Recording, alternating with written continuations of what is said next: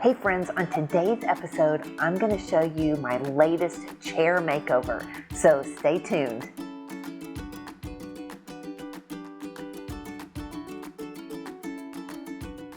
This past week, I did a chair makeover inside my ugly chair challenge that I held with a group of over 800 people.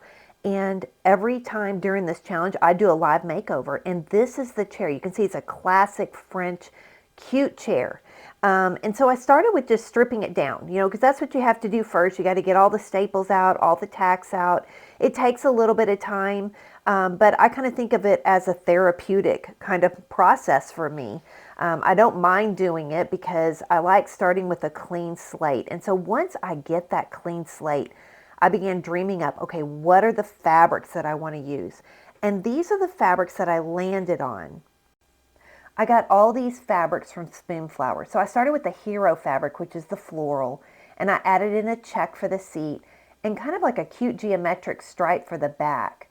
And then I had to decide on paint because the fabric always drives my paint colors. I could go with gold. I saw yellow would be cute. Of course, white's an easy choice, but this pink was really calling my name. And so I ended up going with pink on the chair. And you can see here I go with the fabrics. And sometimes I feel like taking a risk with these chair makeovers. And sometimes I feel like playing it safe. Playing it safe is always going with maybe a neutral paint on the chair, but it doesn't always mean you're going to get the most bang for your buck.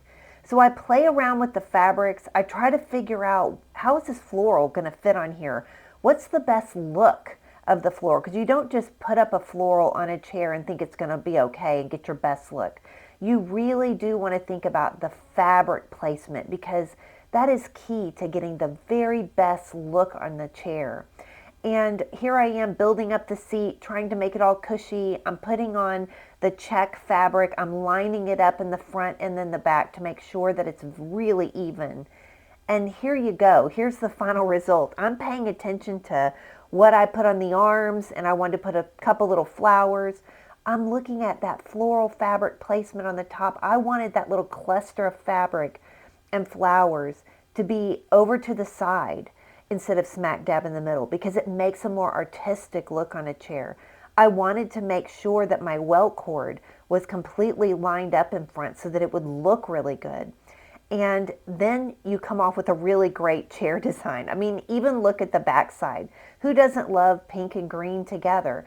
But I did have to make sure I lined it up, that I made sure it was straight. And then I paid attention to all the other details, like doing my double welt cord, what I was going to place on each arm. This one, I decided to do a bigger flower that had some of the pinks in it. This one, I picked a different flower to add as a detail. Doing the work of upholstery isn't that hard to learn. You just have to have a good teacher. And my DIY upholstery course for beginners is now open.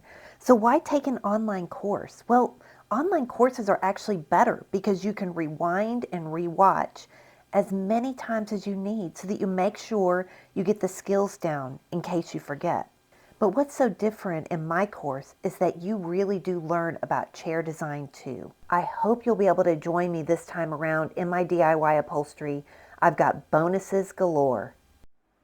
I hope you enjoyed that chair makeover just as much as I enjoyed doing it. Now, my DIY upholstery course for beginners is open today through Thursday night. It only opens a few times a year, and I have got tons of bonuses that you will get if you join this week, from free mini courses to how to print your own fabric to little inspiration guides on how to do your floral fabric placement on your chairs. I hope to see you in my course, but I'll see you next time. Have a great week, friends.